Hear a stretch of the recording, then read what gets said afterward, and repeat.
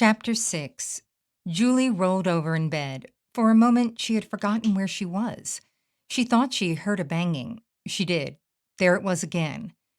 Mrs. Housekeeping, Mrs. Housekeeping. Shit, did I forget to put the do not disturb sign on the door? What time is it? She rolled back to face the other side of the bed where the tiny digital alarm clock was sitting on the nightstand. It was blinking 12 o'clock, as was the red light on the telephone. At first, she was going to set the clock, but then decided that time didn't matter to her anymore, and she did wonder who was calling her. Just a minute, she called out. She threw the covers off and swung her legs over the side of the bed. She had left the robe in the bathroom, but at that moment she was far from modest, so she answered her hotel room as she was. She didn't even apologize for her appearance, because the lady on the other side of the door wouldn't understand her, and because she just didn't care. She would just say, "Yes, Mrs. Housekeeping, Mrs." When Julie finally had a chance to look at her watch, she realized it was past 10. She noticed her pulse speed up. Now, why do I care if I missed a trip to Vizcaya? I've been there 100 times.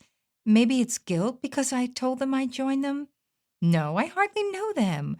What do they care about me anyway? She slowly walked over to the bed and sat down on the edge. Hesitating, she picked up the phone, pushed the flashing light, and listened. After a few seconds, she slammed the receiver down in its cradle and stared ahead. The housekeeper came out of the bathroom and spoke to her. "All finished, missus, thank you." Julie didn't hear her and continued to stare forward, her eyes fixated on the door. She failed to see her leave the room. I didn't want to go anyway. Who the fuck is she to say I'm inconsiderate? I only slept late, that's all.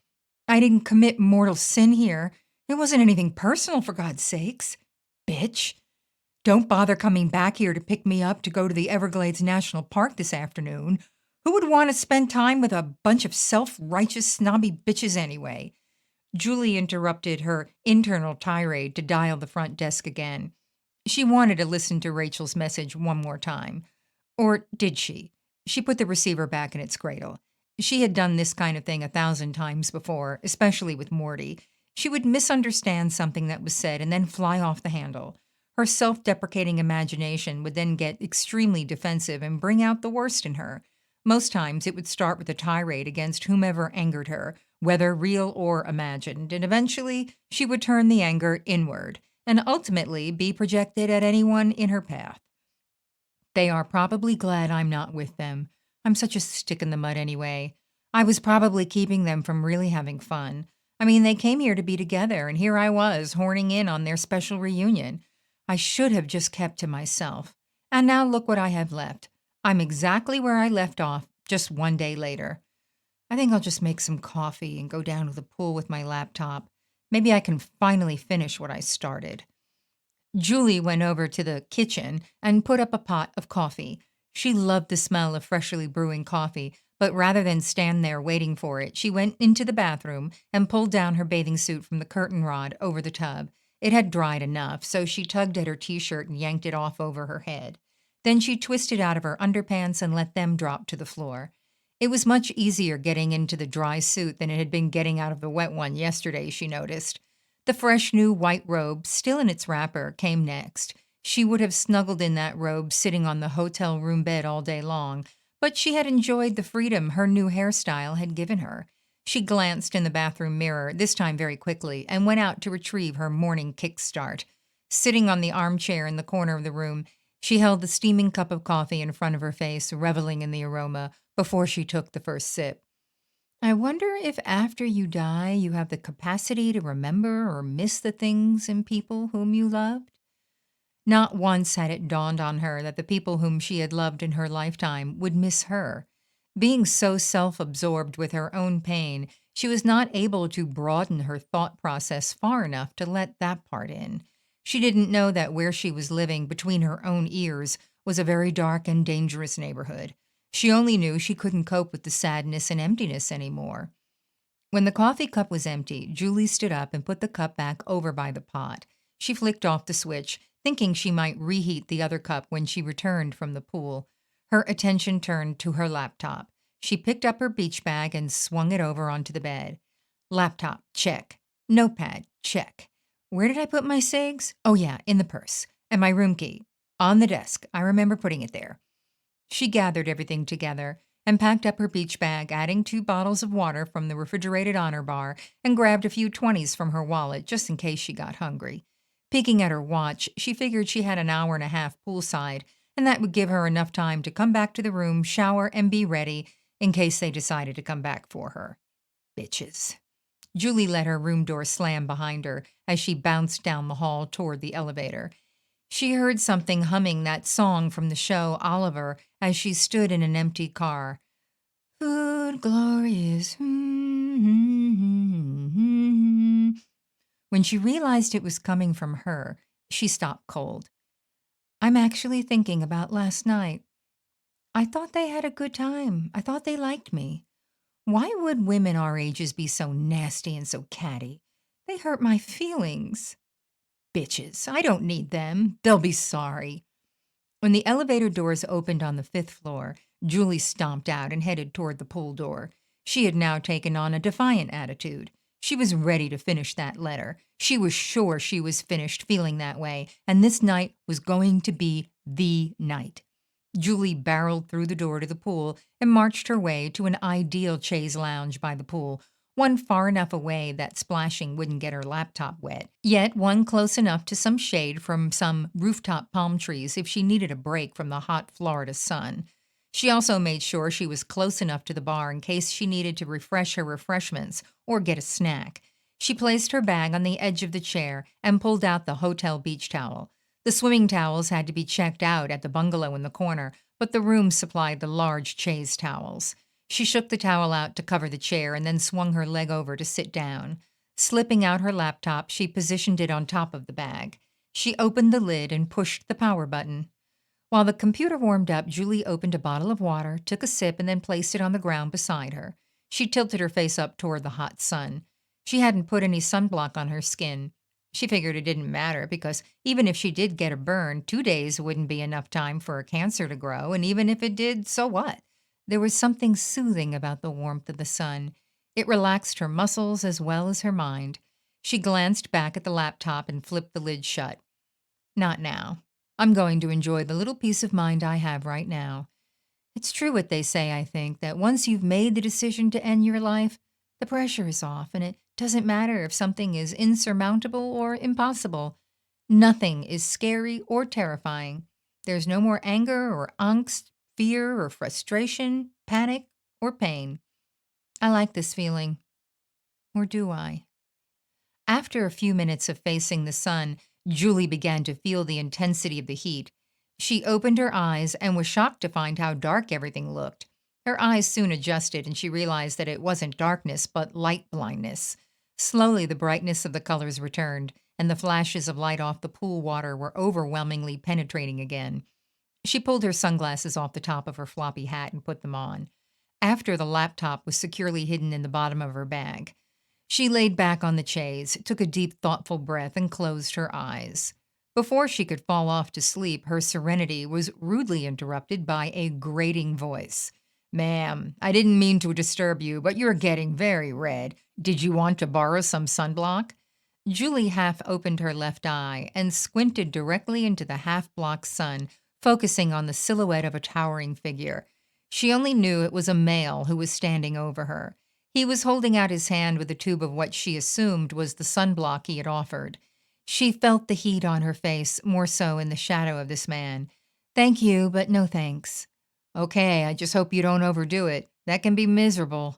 The silhouette of a man turned and walked away, leaving Julie staring directly into the sun again. She clenched her eyes shut immediately. When she opened them again, she glanced around the pool area, trying to determine which of the tall, lanky men it was that spoke to her. That was kind of bitchy of me. He was just trying to be nice to me. Am I that way all the time? I guess I'm just a bitch. There are some people who are nice, and there are some people who aren't. I thought I was just moody. No wonder people don't want to be around me. I should go up and listen to that message again. Maybe what she said was right. Or was she kidding? Maybe I took her too seriously. I'm such a fuck-up. I have no idea what I'm doing. Where did that man go? I should apologize. When does the bar open for liquor sales? I could use a drink. Julie sighed. She was caught in her head again.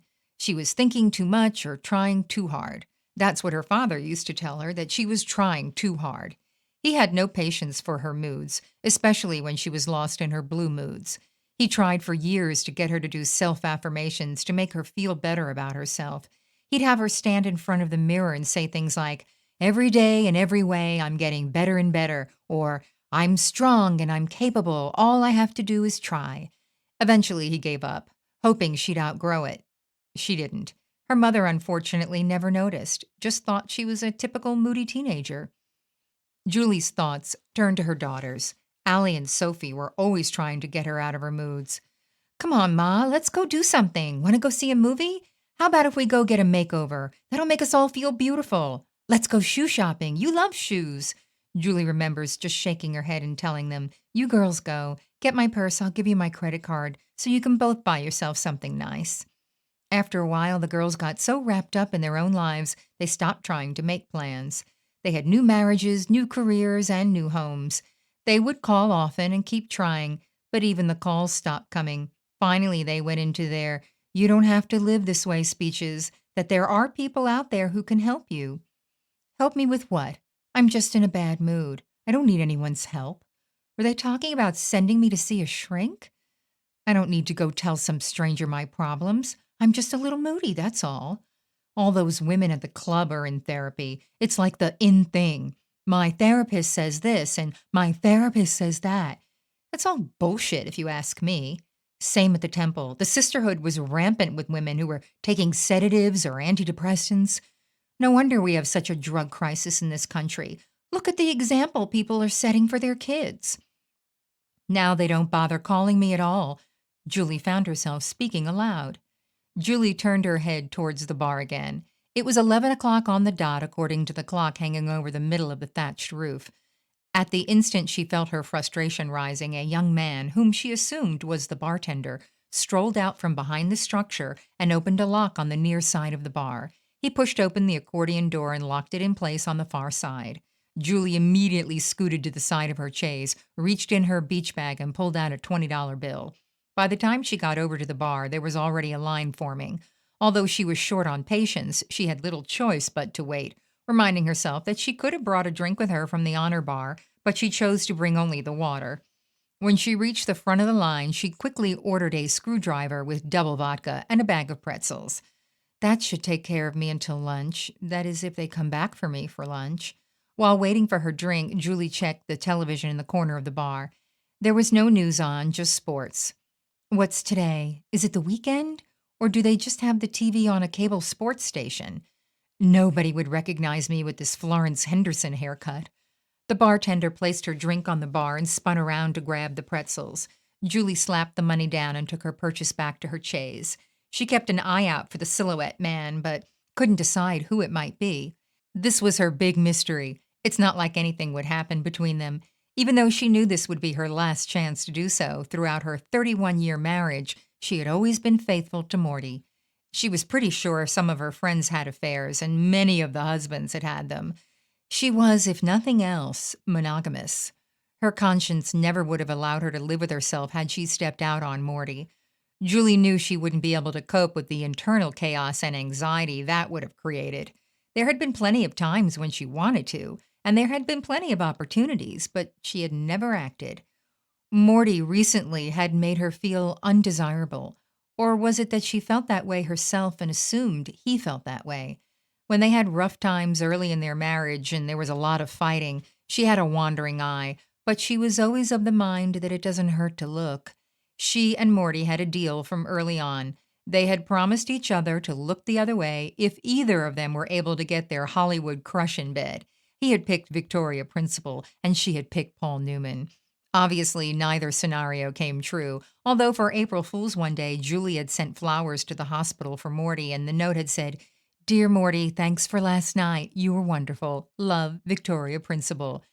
And she didn't feel like being with her friends much anymore. All they did was gossip, and she was convinced that when she wasn't with them, they were talking about her. She wasn't one to talk about other people in a nasty way because it's just not nice. Morty had no problem chiming in with them. He grew up in a household of gossipers. It always made Julie uncomfortable. But then she found herself thinking a lot of nasty things. Her friends had started to ask her what was wrong, and she never had an answer, so she would make shit up just to get out of socializing. Ultimately, she found herself alone. A lot. This would leave her only one place to reside: the pity pot. Nobody wants to be with me, so I don't want to be with them. I don't need them. I think that's part of the reason I'm here. They won't miss me. Everyone seems to do just fine without me. You know what? I'm going to down this and get back upstairs where there aren't any distractions and get this letter finished.